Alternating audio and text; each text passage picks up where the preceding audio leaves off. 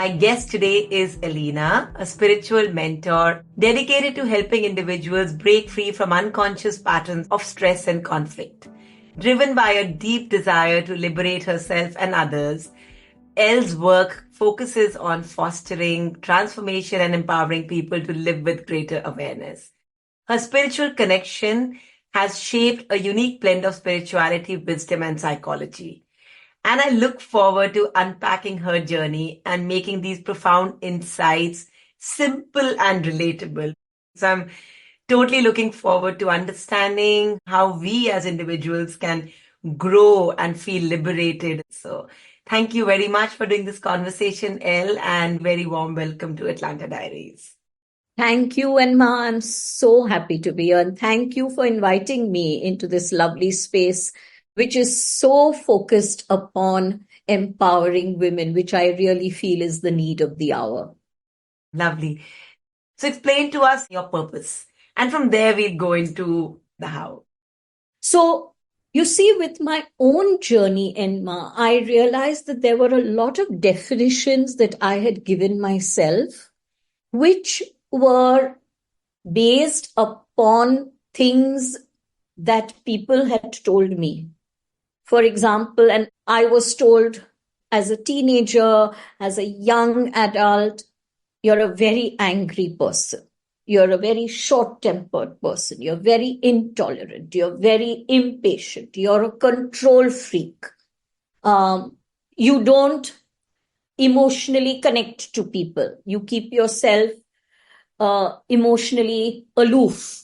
You can be cruel and with your tongue lash out in your anger. So literally through my teenage years, even pre-teens, I think, then as a young adult, I heard this from family. I heard this from friends. I heard this from acquaintances. And of course, now when I sit back and reflect, they had every right to make those judgments because I was angry. I was impatient. I was intolerant. I wanted to control everything. It had to be my way. But at that time, those were the labels I gave myself. And this is the unfortunate part of labels, Enma.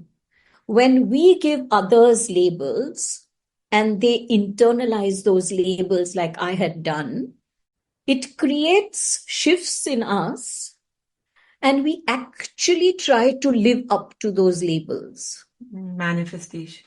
Yeah, I find this so strange in us as human beings. Instead of trying to say, this is not who I am, you're calling me angry and I'm going to show you that I'm not. Yeah. We internalize that and we live up to those labels. So till I must have been in my early 30s, that is what I was doing. And then, the universe has this amazing way of gently nudging you and saying, hey, would you like to change the way your life is going? And so people came into my life and things started happening. And I realized that is not who I am at all. I'm actually very emotionally sensitive. I am very intuitive. I am very creative. But I feel judged very easily. And therefore, I have put on these masks. And people are looking at the masks and not looking at who Elle is at all. And the saddest part of it is not that they were looking at the masks. The saddest part was that I thought I was those masks. And so I started my spiritual journey with this amazing spiritual teacher called Meru who came my way. She's no more, but I know she always blesses me. And simultaneously, the universe brought into my life one of the most amazingly spiritual therapists called Farooq. And both these angels came into my life simultaneously. And I went through 3 years of a very challenging and difficult unfolding. We take on the masks so easily. We hide behind those masks. We create our walls. And then when you want this real you to come out, you have to undo all of that. And not only is that slow and painstaking, but it's also frightening. Yeah. Because for 30 odd years, you've shown a different face. Suddenly, you're going to show a face that is gentle, that is compassionate, that is not vicious. Suddenly, you're going to show vulnerability. Are they going to accept me? Am I going to be ridiculed? Am I going to be condemned? Am I going to be called a holy cow? And at those times, my husband stood by me like a rock and said, I know that what you're showing is not who you are. I know who you are inside, in spite of the fact that you try to hide it. I have a friend who's still my rock, who stood beside me and said, no, go on with this journey. I had my children who were so young, but who were like my inspiration. I had my parents standing behind me solidly, my sister. And I said, if these are the people that have actually hurt the most, because they are my close circle, if these same people can tell me, we are with you, we love you, go ahead, then there can't be something as frightening about this journey as I'm making it out in my head. So true. Because through those masks, these wonderful people have actually seen me. In all these years when I didn't see myself, they've seen me. They've seen me that I convert my pain into anger, that I convert fear into this control freak behavior. And 3 years were tough. But then as I unveiled more and more of myself, I began to see, wow, I'm a lovely person. I'm not this horrible person. These labels don't belong to me. Although I can completely understand why these labels have come my way because of my behavior and my attitude.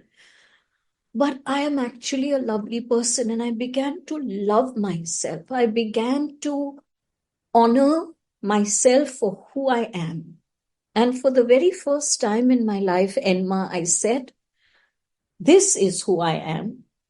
Strengths and flaws. Take me or leave me. I'm fine with either. I don't need to be accepted by you, and I will not label your non-acceptance as rejection, because you cannot reject me. Only I can reject myself, which I have done for all these years, but no more. So this awareness of working with my inner shadows, with that abyss that was within me, has today flowered into a service I can give others. So when my clients tell me about their behaviors and their attitudes, I know the pain they're coming from. I may not know the exact nature of the pain, because your pain is different from mine, but I know it's pain. And what I do at the very beginning is to say, you're lovely. With all of this, you're still lovely. If there are parts of you want to change, I am very happy to help you with that. But I am not here to make you change because I think you should. I don't think you should change at all unless you want to. And that kind of settles them.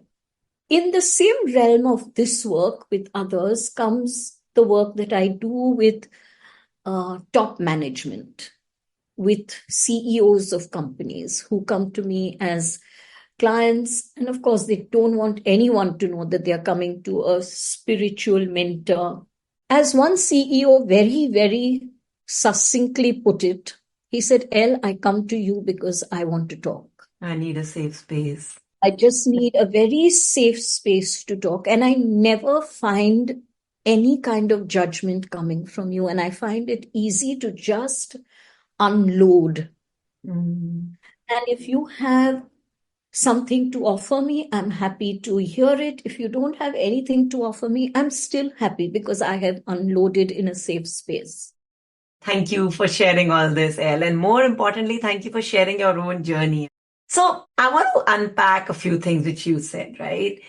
At one level, you're saying that you were putting up this mask which made you look like this, not a likable person. And then you understood that you want to change and you decided to change and you knew it's a long battle, for lack of a better word. But so many times you repeated that it was frightening, right? So when you're trying to change from becoming, in your language, a not nice person to a nice person, talk to me about that, that fright. Like, what was worrying you? I love that question. And Enma, it's frightening because you yourself are not the person that you are accustomed to. When you begin the process, Enma, you are virtually unlocking a stranger. Would you be completely comfortable with a stranger before you get to know that stranger and that stranger becomes an acquaintance and the acquaintance becomes a friend? That's one reason. The second reason is, now I'm talking from my standpoint because that's the only standpoint I have. In earlier times, I was a very brain-oriented person. If you asked me anything, my reply to that would be why, how. In fact, Meru used to keep telling me, can you just not accept something? And I said, no, I can't. I'm not going to accept it, Meru, because you have told me. I need an answer. So I don't know whether I'd go so far to call myself a skeptic, but let us just say I wasn't 100% convinced. So there were those times of questioning, is this real? Am I playing mind games with myself? Am I getting delusional? Is there really any reality to it? And what was happening is the more I unveiled of my own inner being, the more in tune I was with universal energies. So intuition becomes very sharp. Your awareness of things that are not, let us say, real, for want of a better word, becomes acute. And you're asking yourself, are you getting mentally disturbed?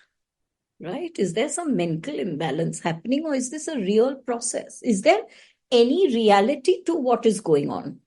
So those two combinations were pretty disturbing for me. Then when you unlock, you begin to see, Enma, the lack of self-esteem. You begin to see self-judgment. You begin to see how you have sabotaged yourself and your journey at every stage. Those are not pleasant things to accept and acknowledge. But I'm glad I realized that, because now when I'm with clients, I say, there's no shame. There's shame about who you were or the masks you wore. There's no shame. There's nothing to be guilty about. You did it in order to survive. And this is your growth. So don't be scared by it. Yeah. The biggest challenge is in accepting that you need to change. Because before this journey started, I was this arrogant human being who dwelt in blame. Everyone was wrong except me. There was nothing wrong with me. And now you see all these different aspects of you and you're like, what happened? And do I really want to go on this journey? Because I seem to be looking at all the not happy aspects of me. These are not nice. I was quite happy in my ignorance. And arrogance. Yeah. And if we had to double click on the people you hurt, What was your fear? Was it that vulnerability which you had to bring to them? Is that the kind of narrative in your head? No. The reason I was hurting anyone, and I must say the person I think I hurt the most was my mother. But when this journey started, it was just the most beautiful reconciliation between mom and me, where for the next several decades, we were best friends. So my mom passed about 6 years ago, but I still miss her deeply. There's something happens and I'll run to the phone. Let me call mom. And, that's my thought. But as I said, anyone whom I did hurt, whom I did lash out at, I realized later that I was doing it because I either believed that you are rejecting me or because I feared that you would reject me. So, have people now made comments on you're a different person? Like, what happened? Enma, this is an absolutely amazing thing that happens. And then I have seen it happens in the lives of so many that I know. The friends that we attracted when I was who I was just naturally fell away. I think energetically we don't vibe anymore. And they were not in sync with what I was doing. There was definite judgment about what I was doing. But for the first time in my life, I was not bitter. I was not resentful for them judging me, which the older would have been. And I said, okay, if that is to be, that is to be.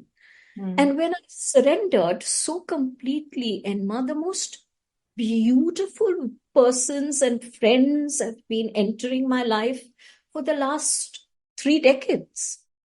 So was it a pivotal point when you took that journey? Do you remember that? I think it's been etched in my memory for good. So my daughter was very young, much younger than 10 years. And one day I looked into her eyes when I was railing and ranting at her for something, which at that time I chose to call discipline. Yeah. When I realized that that has nothing to do with discipline. In the middle of my ranting, I looked into her eyes and I saw fear. And I stopped in my tracks. And it was like someone had held my heart with an icy hand. And I distinctly remember thinking, my God, instead of seeing love in the eyes of my daughter, I am seeing fear. How can I give myself this name of mother if this is what my daughter views me as? And I remember praying and saying, help me. I didn't pray change me. I just prayed, make her love me. But for her to love me, I had to change. And I can't tell you, Enma, ask and you shall receive is not a cliche. It is the truth. And literally doors started opening and people started coming into my life who helped me to change. And today my daughter and I are a team. Beautiful. And I've so often apologized to her. And my daughter turns around to me and says, Mom, even then somehow I knew that the words coming out of your mouth were coming from another space. This is not my mother. So I have nothing to forgive. I knew even then, and I'm saying, wow. I wish I had even half the insight you had at that age. So let's shift gears a little bit. So what was your purpose before this journey and how did this become your profession then? So again, another life-changing moment that I still remember as though it happened yesterday. I was in standard 3 and my teacher, whom I adored, was Ma'am Juliet. And we were lining up for assembly, morning assembly in school. And Ma'am Juliet gave me her purse and said, hold on to this. I am visiting the washroom and I'll come back. That little girl felt a joy of acknowledgement. Remember, rejection. Yeah. And I promised myself in that moment, I'm going to be a teacher. My father, who was always in the upper echelons of corporate management, really wanted me to join and follow his footsteps. He says, I can see the leadership quality in you. I can see the power in you. You will strike it very big. And I said, no, I'm going to be a teacher. And again, the universe just opened doors miraculously. I have never had to look for a job. The job came to me and fell into my lap and grew and grew and grew. And when I had finished 32 years of being a teacher, teaching mainly the 9th and the 10th standards, which are the teenagers who have so much angst, and I loved them and they loved me because I understood them. And because I understood that you cannot discipline anyone with fear, I used understanding and love. And then that ended, and I said, enough. I've had 32 years of this, and I need to now do something else. This was already there, and it just expanded as the line of work. Lovely. So let's unpack a little bit about, I think people have more skepticism towards these things than acceptance, for lack of a better word, right? So let's talk about that journey. How did you help people understand your why? No, I didn't. A few persons who were already on that journey with me and had become my close friends and had recognized that I had an ability to help. I didn't want anyone going through that pain and those walls the way I had gone through. It's not a happy place. And so if someone were to talk to them about their problems, they'd say, listen, I know one person, you just go and talk to Elle. And so by word of mouth, what started off as 2 or 3 persons coming to see me in a week, today it's 4 or 5 in a day, every day. And when you spoke of skepticism, Yeah. I love my sessions with those who are skeptics. And generally, it will be the husbands who are brought to this miraculous Ellaeenah by their wives who say, no, you have to come and meet Ellaeenah. Your tension will be taken out by her. And they come, and I can see in their demeanor and in their body language, because they sit like this. And I really, this is going to be a very nice session.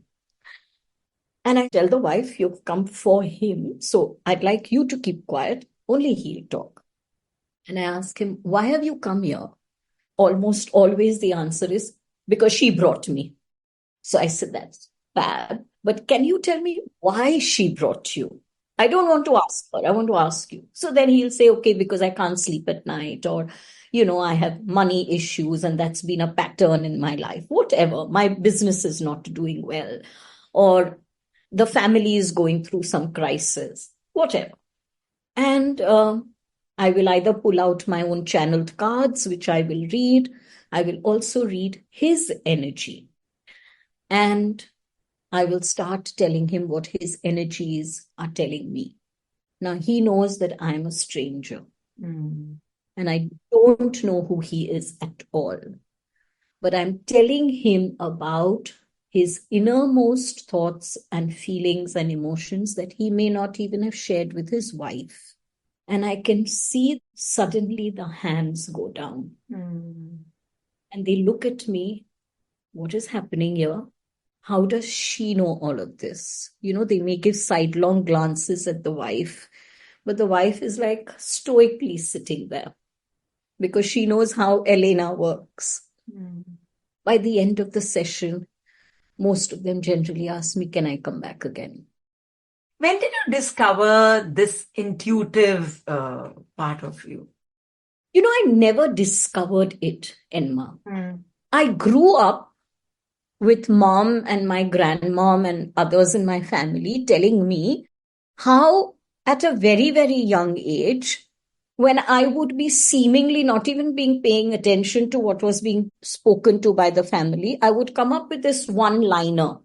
It'll happen at this time, or this is not going to take place. And mom and grandmom would say, we had just after the first 2, 3, 4 incidents, we just knew that those one-liners we had to pay attention to.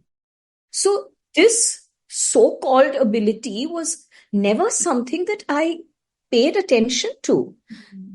Yes, I believed those intuitive feelings. I never distrusted that, but I never gave it a label. I'm sure everyone has that. Mm. Right? It was the first time when I went to meet Meru that she was the first one to give it a label. And I had no idea what she was talking about. Really, after the first meeting with Meru, I have to be honest, I came away and I told my husband, complete gobbledygook. What she was talking about, but she called me something like one spiritual messenger and some telepath, and God knows what she was talking about. I have no idea.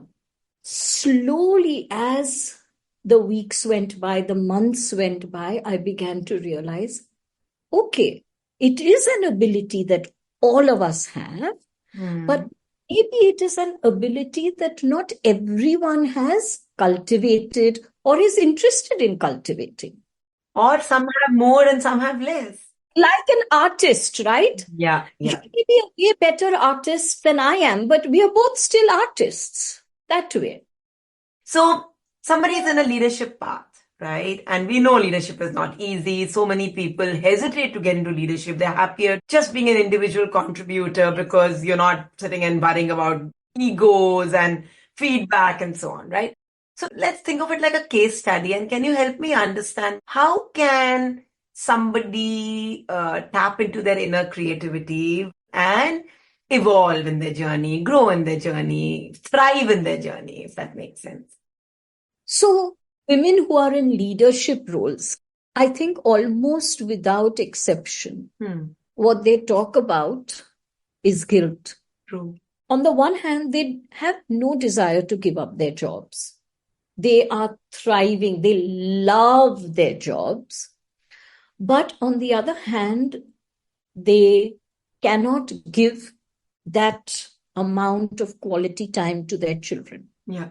Some of them have in-laws or husbands sometimes who are only exacerbating the guilt by saying the kids are not being looked after. The teacher wrote a note that the child's uniform was a little dirty. You have to pay attention. And I start at that level of the guilt. Because if there is guilt, there is no other work that's going to be done. Guilt is such a huge barrier in our path. Guilt and shame, such a huge barrier. We have to first understand that, eliminate that. So I will help them to go through that journey first, where you respect the views, because everyone has a viewpoint, but you don't internalize the views. At the same time, I urge them to be honest with self, with no one else.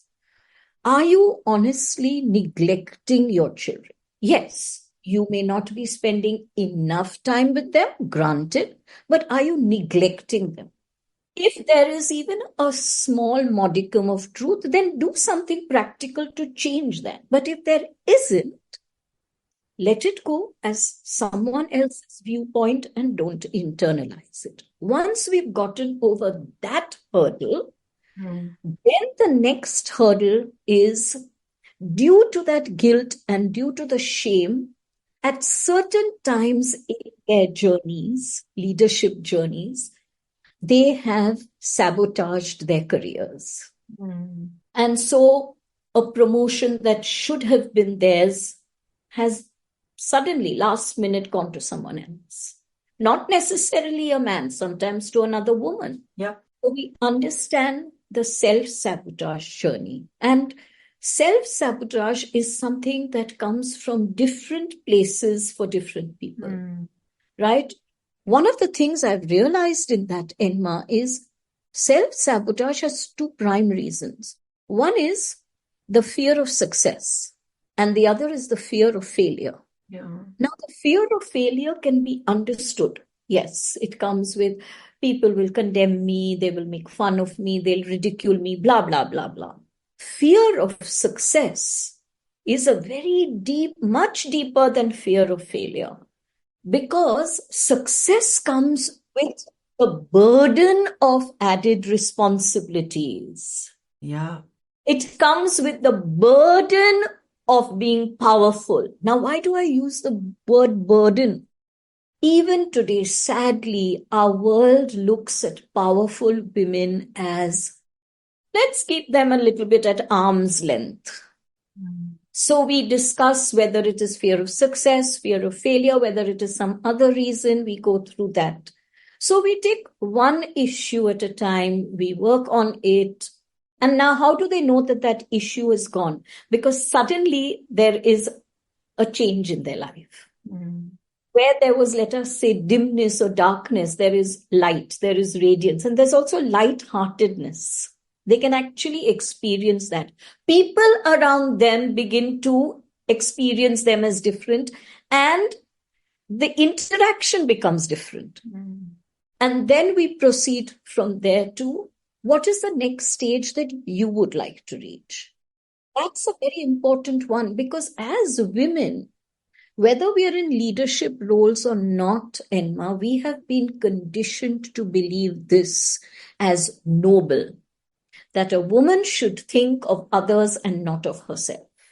Think of your spouse, think of your children, think of your parents, think of your in-laws, think of everyone under the sun. But if you think of yourself, you are selfish and self-centered. Did you find the themes the same all over the globe for women? Absolutely. Because I felt the same too when I coached them. I always thought this was an Indian or an Eastern thing till I started getting clients from abroad, and I'm saying, no, this seems to be very, very much ingrained in our feminine DNA. Yeah. What is inside, Enma, will always be mirrored. So you will tell me as a mirror what I'm telling myself. So that last part of the journey is I deserve. I deserve where I am. I deserve to have this goal. I deserve to be more successful than I am. I deserve to be more successful than my husband. I like the word deserve, yeah. And I always tell them, if you become who you are as the strong, empowered Shakti, your daughter will do the same. She will have to go through this journey that you're going through, because she will see her mother as Shakti, and that's who she will grow up to be. Beautiful. A bonus. Yeah. You have to role model to your kids, right? So whether you're a mother or a father, yeah. And also role model for your son. Yeah, absolutely, yeah. My son so respects me for my strength. Yeah. And I know that my son respects every woman because he knows the journey I've been on. And so I think we're not only role models for our daughters, but also for our sons, which is so important. Yeah. Let's take one more anecdote. There was the CEO. I mean, they are a family that has a mega empire in India. And he was having huge issues with the brothers, with the uncles. And you know how it happens. Large joint family empires. The business was being pulled at different angles and lots of tension in the business. And they were pressuring him to sell off certain factories, to close certain things, that this part of the business would be given to this part of the family. And he didn't want to do that. He wanted to keep it as it was in the time of his father, as it was in the time of his grandfather. And I remember his words when he sat down to meet me, the first words were, Ellaeenah ji, help me to get some peace in my life. Literally joining his hands and saying, help me to get peace in my life. And I asked him to tell me a little bit of what was happening. And then he related it. And I asked him only one question. I said, why do you want it to remain the same? Advancement has to take place, change has to take place, progress has to take place. So why do you want it to remain the way it was? I don't think he had ever thought of that. First answer was, it's worked like this for my father and for my grandfather. I said, of course it has. I mean, I know from your name that it has. And I'm sure you've done your bit to make the empire grow. But why do you want it to still remain the same? There has to be a reason. For several moments, I goaded him a little urging here, a little help there. And then he said, by being the CEO of this empire, it's the only way I got, because his father was no more, I got my father's approval.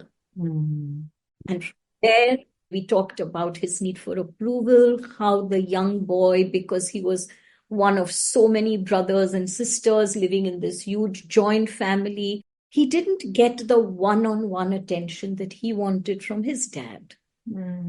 So the boy grew up with a sense of loneliness inside, which he never knew was present till he then looked within. And when he realized that he was holding on to this only because he assumed that because he had been made CEO by the father before the father passed, that was his stamp of approval. So he had actually come to undertake this inner journey, to resolve this deep issue that he had with his father, and that he was causing the conflict in his life because he was being rigid. But he was not being rigid out of a sense of control or because he wanted to be the CEO. And when they finally did do the separation, he was so much at peace because he had gone through that journey. He had let go of that inner boy who was still seeking his father's love and approval and attention. You see, the problem is, Enma, we all have happy memories and we have not happy memories. But when we talk, unfortunately, we talk of our not happy memories. Yeah, very true. I told him, you're not going to tell me anything that you're not happy about. You're going to give me all your happy memories. And by the end of those few sessions, he was like, oh my God, these were all the ways in which Dad showed his love. So, given so many decades of work, what kind of a legacy do you hope to leave behind? A legacy of powerful daughter, a legacy of a strong, respectful son, and a legacy of powerful women who are all goddesses in their own right. Beautiful. What advice would you offer to these women, your daughter, your son, or just, I don't know how to put it. Like, I feel probably in the last 1 year, without realizing, I have embarked on this spiritual journey, right? So obviously it's everybody's own journey. So being a spiritual mentor, do you feel that at some level everybody should go through this? There's no should. Everyone already is. And COVID did that for us. It made us stop still in our tracks and say, what is going on? And then it refused to give us distraction. And we had to go within. And that has kick-started the journey for almost everyone. And everyone does it in their own way. And they don't call it spiritual. I call it spiritual because everything eventually is about the spirit that we are. It's not about the ego trappings. It's about the spirit that we are. Everything is spiritual. So that journey has already started for everyone. And leadership is something that we are all being urged to take up. Now, that does not mean being head of an organization or running a foundation. No, you can be the best homemaker and you are a leader in that home. But more importantly, be your own leader. Everyone has to take up that leadership role and find their inner strength and walk their path without guilt, without shame, without justification, without defending their actions.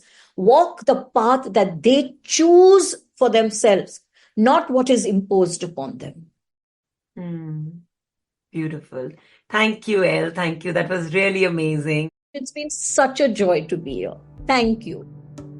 Thanks for listening. If you enjoyed the episode, do hang on for just one more minute. I have a request for you. If you haven't already, please subscribe to Atalanta Diaries on Spotify, iTunes, or whichever platform you follow. Do join us in our mission to empower and inspire by sharing the podcast with a friend or colleague. It will be great if you can share on the social media platforms you follow, be it LinkedIn, Facebook, Twitter, or any other. Please leave a review or rating on iTunes or Spotify. It really helps us reach a wider audience. Lastly, I wanted to share with you that many of my coaching clients and listeners have created a cheat sheet with their key takeaways from the episodes. I invite you to consider jotting down 1 or 2 key takeaways as you navigate your amazing journey. Have a wonderful rest of the day and see you next week for another inspiring journey on Atalanta Diaries.